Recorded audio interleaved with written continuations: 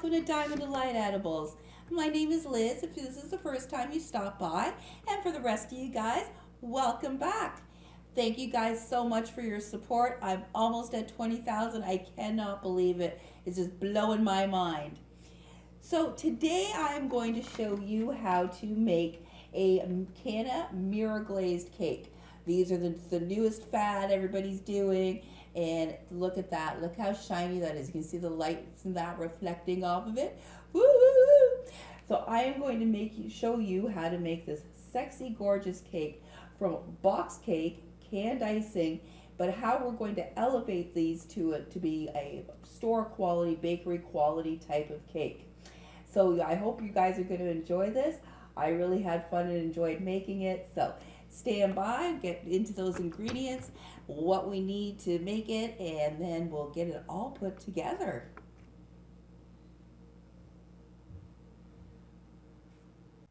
Alright, so for our Canna mirror glazed cake, what you're going to need is a box cake. Now I prefer the white cake versus the vanilla or the French vanilla, because that way you don't have to really fight with the vanilla taste and it'll take on any flavor that we are adding to it much easier.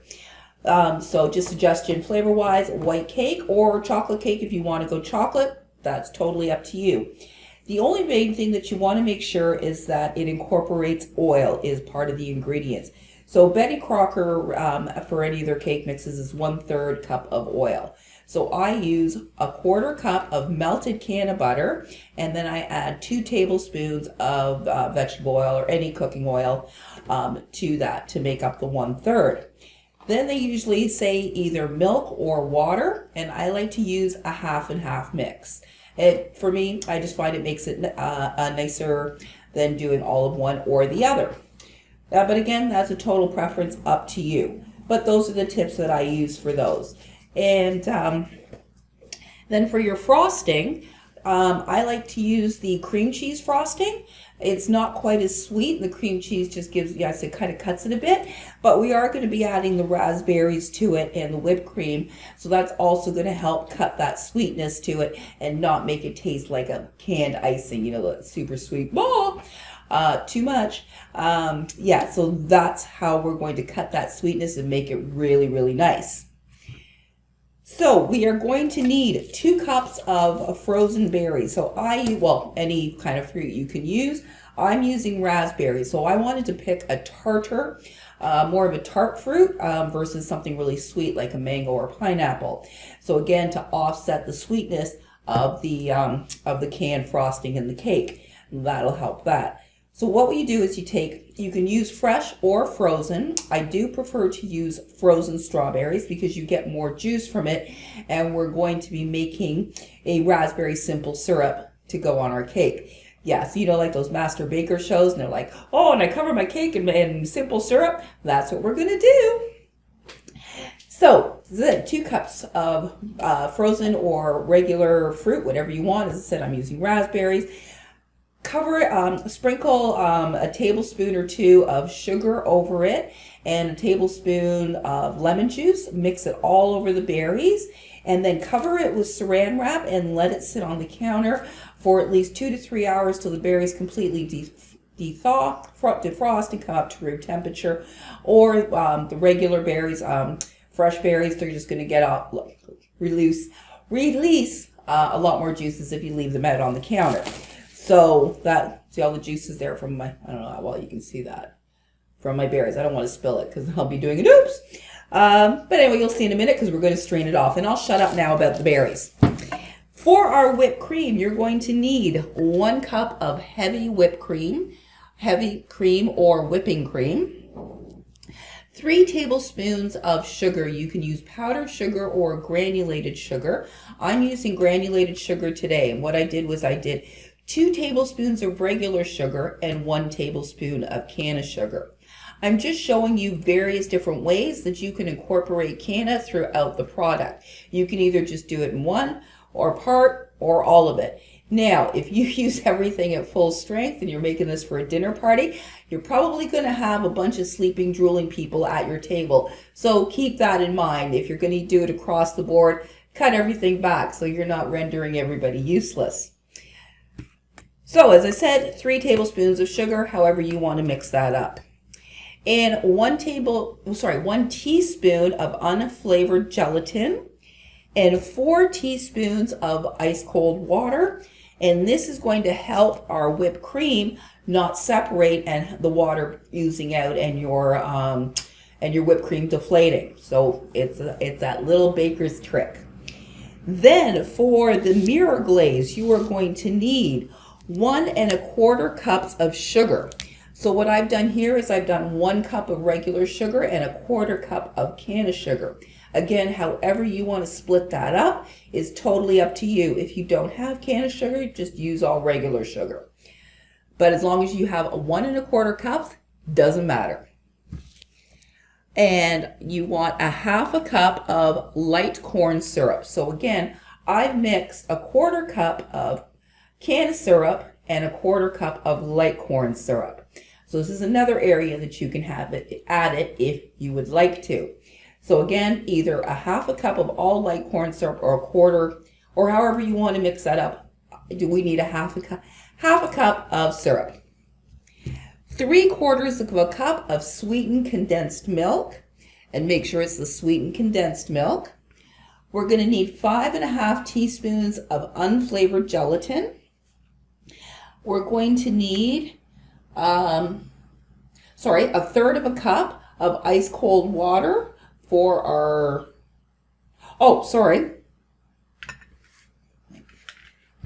cut.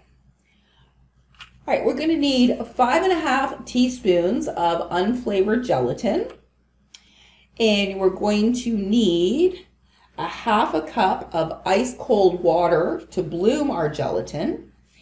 Then we're also going to need an additional 1/3 cup of water for our mirror glaze mix here. So for our water, just to specify again, 1/3 cup, which is going into our mix here, and 1/2 cup of ice cold water to bloom our gelatin. Then you're going to want 2 cups of white chocolate chips.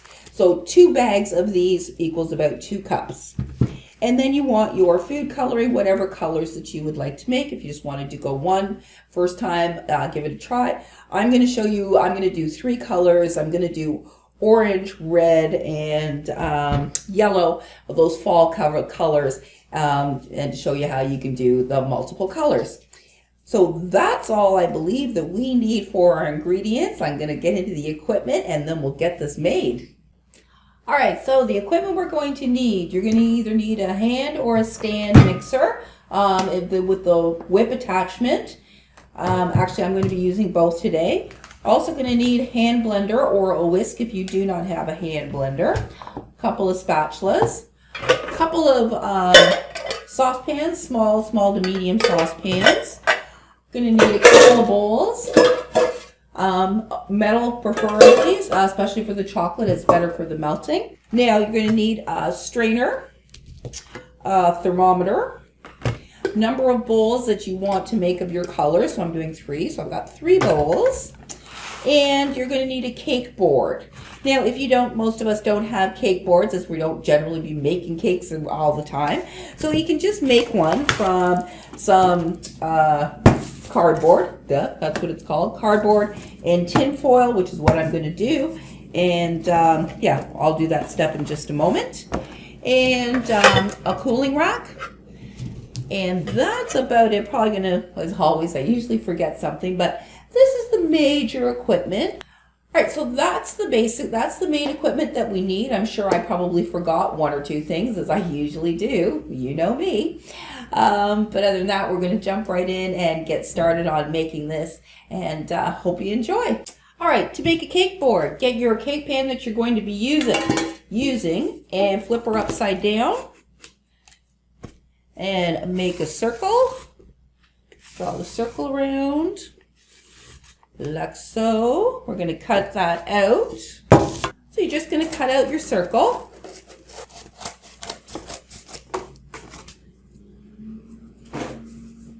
Then once you got your circle cut out, just take your tin foil. You want to get it quite a bit more, because I'm going to spill it over.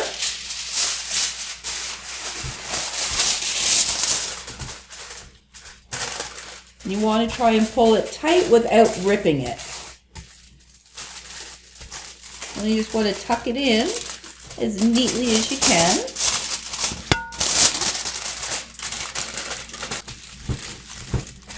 And then I'm just going to tape that down. And voila! We have a cake board. Ta-da! Alright, so I'm going to set that off to the side until we need that a little bit later. So the first thing you're going to do is you're going to bake up your cake according to the box directions. The only changes, like I said, you're going to make is 1/3 cup of oil. You're going to do 1/4 cup of cannabutter and 2 tablespoons of vegetable oil. And if you want, do the 1/2 and 1/2 milk and water.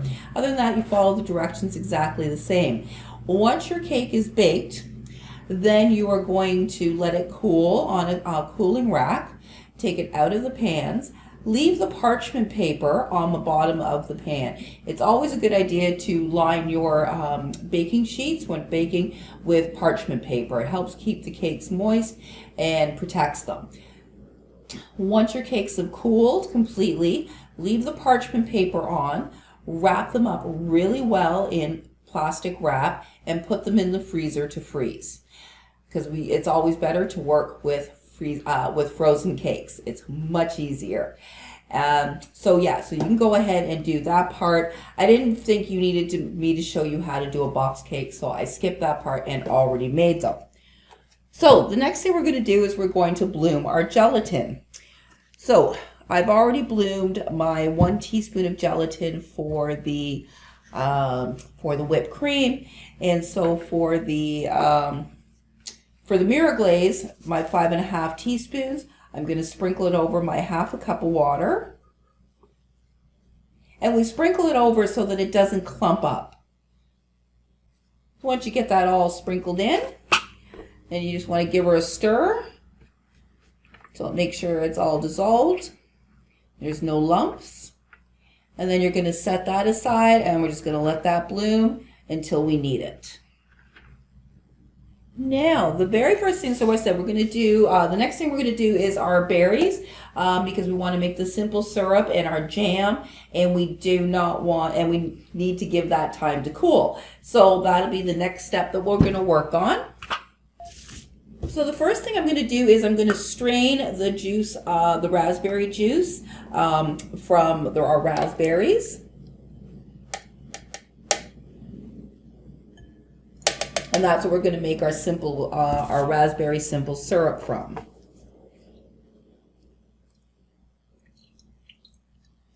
There we go. I'm just going to put the rest of my raspberries back in the bowl for now. And you're going to take your simple syrup. I'm going to get my smaller pot. And we're going to dump that into our pot. All right, so I do apologize. One ingredient I forgot was the sugar for our simple syrup and our jam. So you're going to need 1/4 cup of sugar for each of these. So 1/4 cup for the simple syrup and 1/4 cup for our jam. And again, you can mix part canna sugar if you've got it, 1/2 and 1/2 of it, however you like. So we are going to turn our heat on to medium high. You're going to add your 1/4 cup of sugar, and we're just going to stir this in until it begins to boil. We're just going to boil it for a couple of minutes until all the sugar is completely dissolved and it thickens up a little bit. Some of the water will cook off. Then once it starts boiling, we're going to boil it for 2 to 3 minutes. And you can occasionally stir this. All right, once your syrup is done, just take her off the heat and just dump her into a bowl. And we're going to let that cool. If you want, you can put it in the fridge to cool it down quicker. And I'm just going to give the pot a rinse, and we're going to make up our jam. All right, so for our jam, you're going to add your raspberries in. So we're going to add our raspberries into the pot. with our 1/4 cup of sugar. Now, here's a tip for you. If you have clear gel, it's not necessary, but it does make a much nicer jam. If you do have clear gel on hand, you can use the instant or the cooked type. Doesn't matter. Add 1 tablespoon to your sugar, to the 1/4 cup of sugar, and make sure to whisk it in really, really well. Clear gel has to be mixed with sugar, otherwise it will clump up in your with whatever you're making. In this case, our jam. So you want to make sure to whisk it together very well with the sugar. And we're just going to add our sugar in. Turn our heat on to medium-high. And you want to make sure to keep stirring this. You don't want the berries and the sugar to stick to the bottom and burn. So once it starts boiling, we want to cook this for about 3 minutes. Once it starts boiling, let it boil and keep stirring for about 3 minutes. I don't know how many fingers I just put up there, but 3. Once we're done, take her off the heat, and we're going to run it through a strainer to take out all the seeds. Now it's a little more difficult because it's a lot thicker now, and then you're going to mix it or mush it through the strainer. So you just kind of mash it through and then scrape it off the bottom. It's a bit of a pain, but this way you don't get all the seeds in it. So just keep working until you get most of all that through.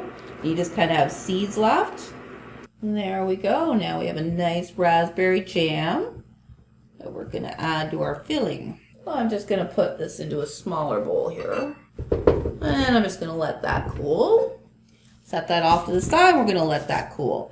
Again, you can put it in the fridge if you want to speed up that process. All right, so for our frosting filling, you're going to put in about half of your canned icing into a bowl, and we're going to whip it up for a couple of minutes on high.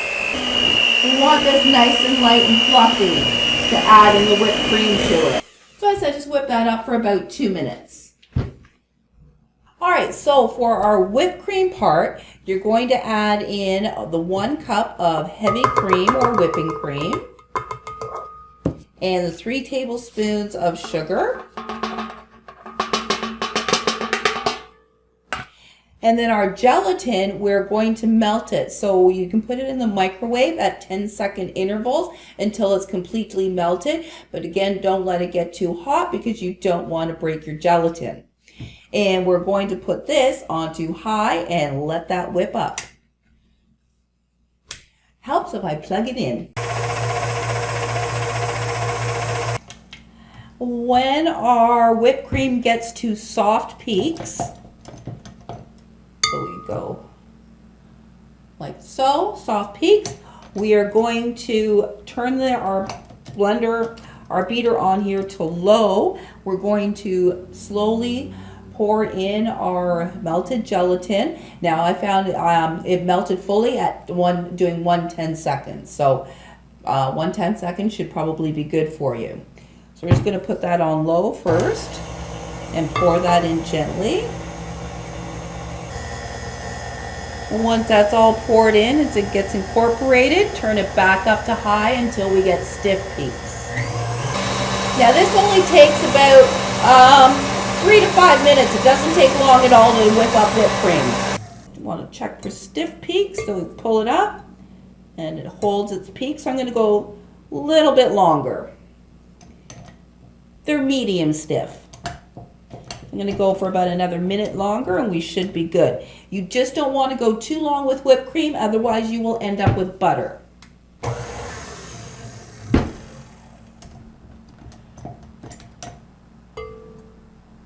There we go. Hold a nice peak, like so.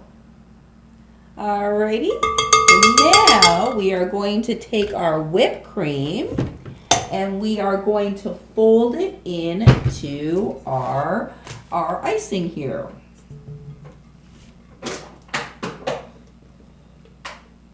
You can just take it all, plop her into the icing. And we're just going to fold those two together. And so folding is taking it from the bottom and just going over the top. It's not doing this, it's just incorporating it this way. This way you don't flatten it out and yeah, doesn't make it all icky. You don't overwork it. All right, now we are going to get our cake out of the freezer. Time to start doing some assembly. Oops. All right, so I'm gonna unwrap my cakes. Oh, and you're gonna want a serrated knife. Oh, one of those things I forgot. Doing these videos is not like normal baking. I don't do things in portions. I just put everything out and I just go. So I do apologize when I forget the odd thing here or there. So I am trying to unwrap my cakes. Safety sealed for my protection. So I'm going to peel off the parchment paper. Place my cake down on my little makeshift cake tray. And we're going to skim off the top here, and we just want to make it flat. I'm just trying to make this layer even.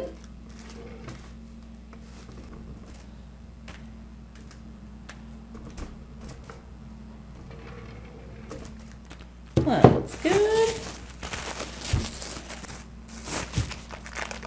Don't forget to peel paper off. Someone's gonna do it, I know it. And I'm just gonna leave that there for a moment. Let's even her off. So the way for leveling a cake is you lay it flat, take your serrated edge, and you just go across. And it's gonna take off any pieces that are higher. And you just wanna work down till you're not taking anything off, coming straight across. Okay, good for now. So I'm going to need an offset spatula, and I'm going to take, oh, sorry, forgot something. So we're going to take our simple syrup and just take a pastry brush, scoot her around, and brush a layer of the simple syrup onto our cake. So what this does is it keeps your cake moist, especially over the couple of days, as well as just adding that a little extra layer of tartness of the raspberry. Really, really good. We're just gonna get a nice layer over our base there. And then I'm going to take our jam.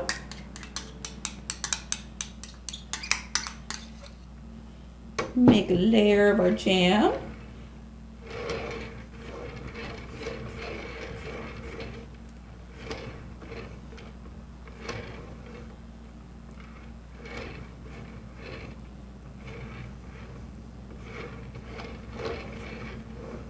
Now, if you do have a cake tray, these things are great. They're not expensive at all. I mean, this one I actually got at the dollar store.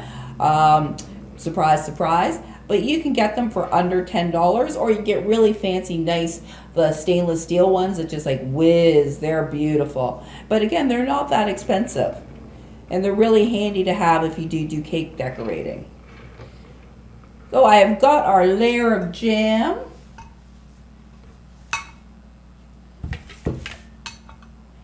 Now I'm going to add a layer here of our whipped cream and icing mixture.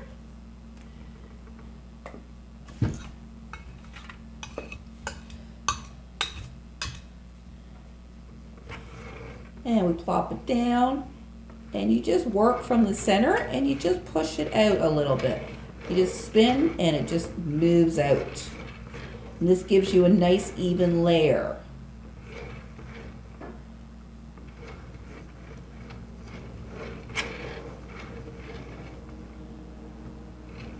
And there you go. Now we're going to add our second piece on. And again, you can cover the top there with the simple syrup. All right, now we are going to add what we call a crumb coat. So we're not doing a thick layer of icing. We're basically doing a nice thin layer of icing. And this is going to prevent our mirror glaze from seeping into our cake. And it gives it a nice background to sit on. As well as it helps us make our cakes nice and flat because we're going to freeze this. And if there's any imperfections, we can smooth them out really easily. So how I generally do my cakes is I plop a bunch on top, big plop on top. And then I just push out, work my way around the center. And it goes over the edges. And again, remember we're doing a thin layer, so we let it goop over the edges here. And then you just take your spatula and we just go around. You just drag it around.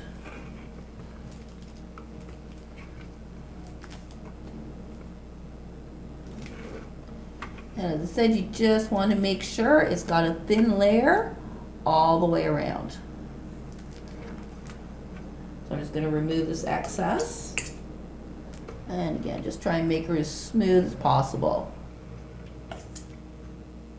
Just working off the excess cream, excess icing here.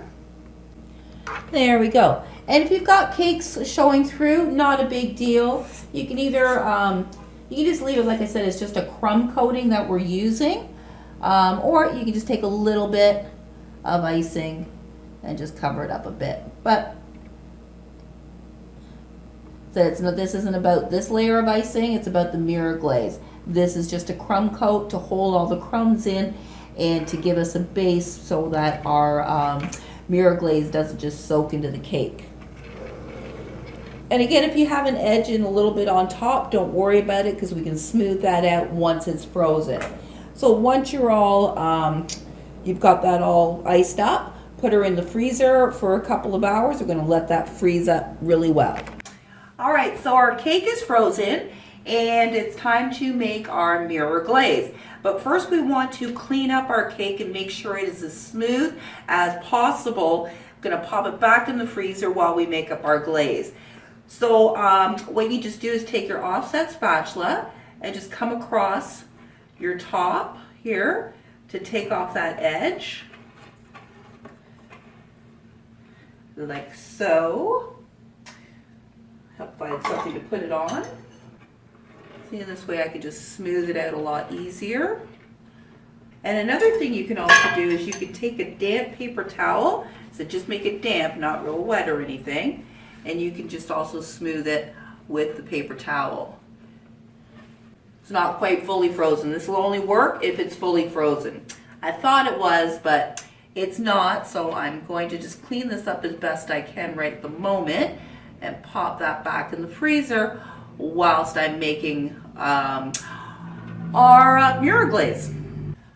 All right, so for our mirror glaze, we're going to add to our saucepan our 1 1/4 cups of sugar. Basically everything except the chocolate and the gelatin. So we're going to add in the sweetened condensed milk and our corn syrup and or canna syrup. In my case, both. And 1/3 cup of water. So we're going to mix that together and we're going to turn our heat on to medium. You just want to have it well combined before we turn on the heat. And you want to make sure to continually stir this because we have the condensed milk. If you don't, it will scorch on the bottom of your pan.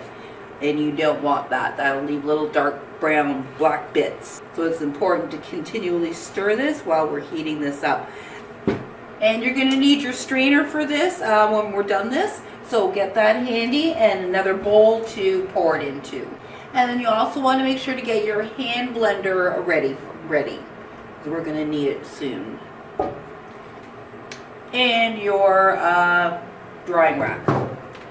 So I said we just want to heat this up until all the sugar is dissolved, so until it's all this nice and glossy and you don't feel any more sugar crystals. Once your sugar is all melted, you can see on your spoons you're not seeing any granulars. It's nice and smooth. We're going to pour this over our chocolate. We're going to let that sit for a minute and let that chocolate melt, and we're going to get the hand blender ready. Shh, stop yelling at me. I'm just going to mix that around, see if my chocolate's melted. And then once your chocolate's pretty much all melted, you're going to take your handy dandy blender, hand blender, and we're going to blend this puppy up.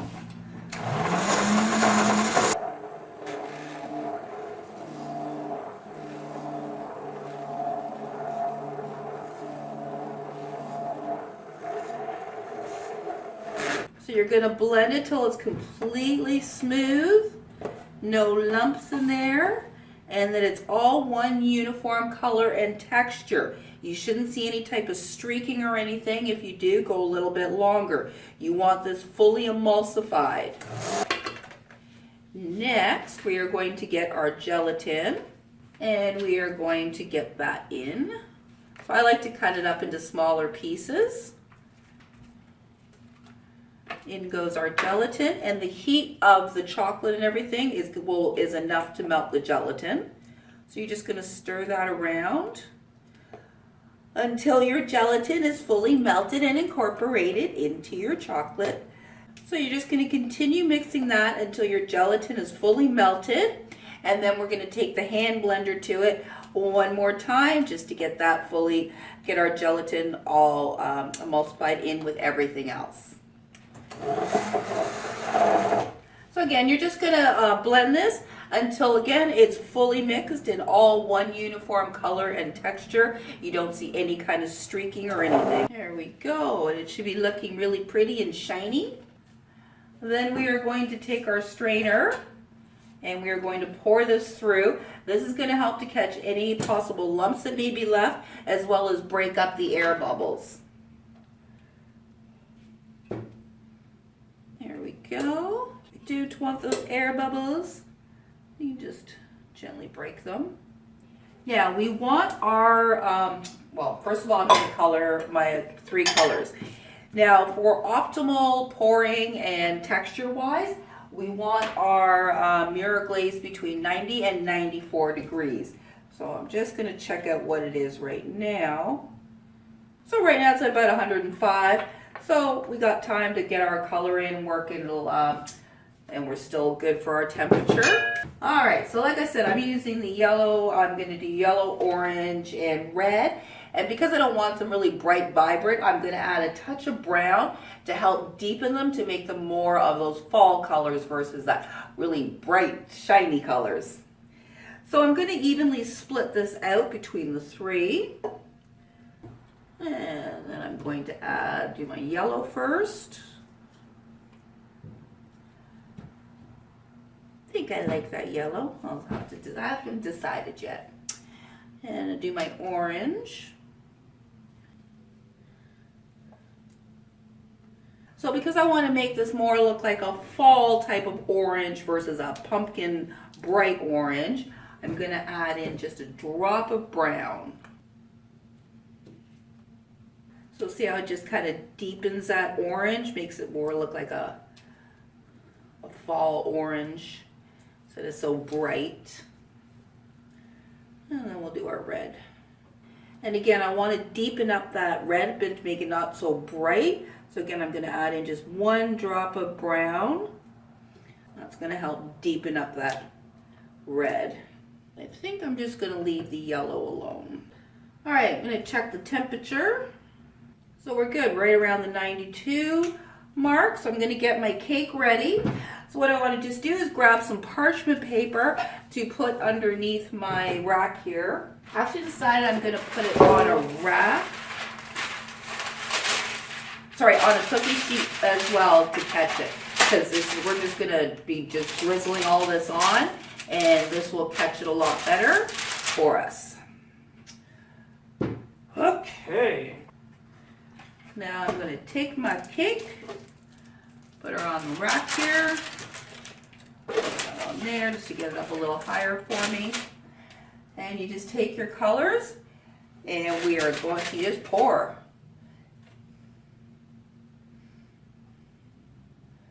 You just want to pour so it all goes down the sides.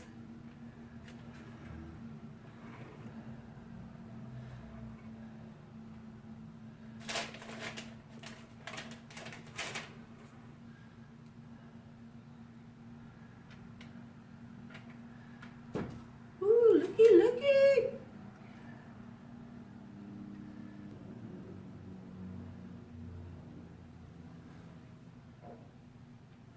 Make sure it all drips down the sides. I'll do that yellow through.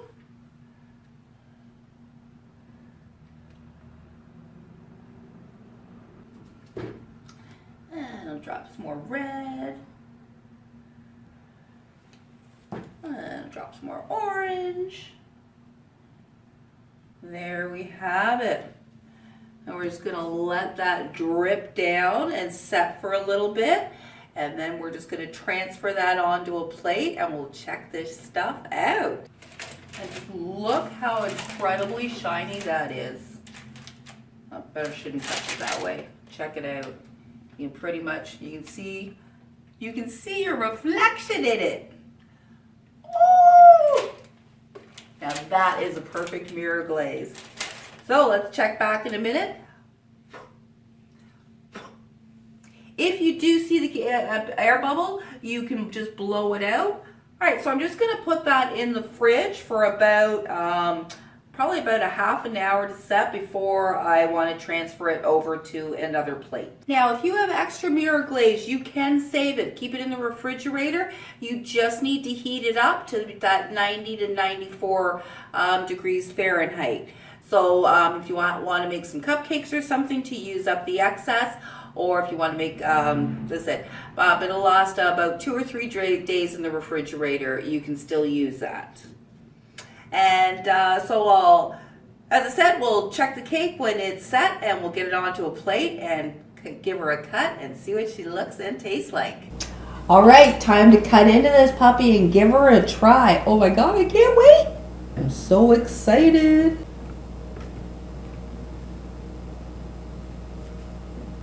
Check out our cake. Look at that. Leave a nice layer there that we've got with our mirror glaze. Look how gorgeous that is. Oh, I can't wait to try her out. Oh, that is so good. The raspberry just balances out that sweetness so nicely, so it's just a perfect blend. Not overly sweet at all. Doesn't taste like a box or can anything. Tastes like it tastes like a cake you would get from your bakery. So guys, I hope you give this a try. I cannot wait to get in and finish the rest of this piece of cake.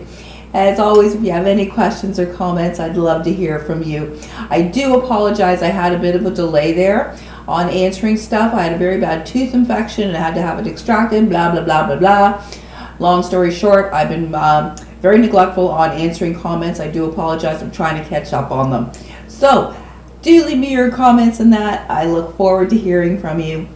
And if you're new to my channel, I really hope you subscribe. There's lots more recipes to come.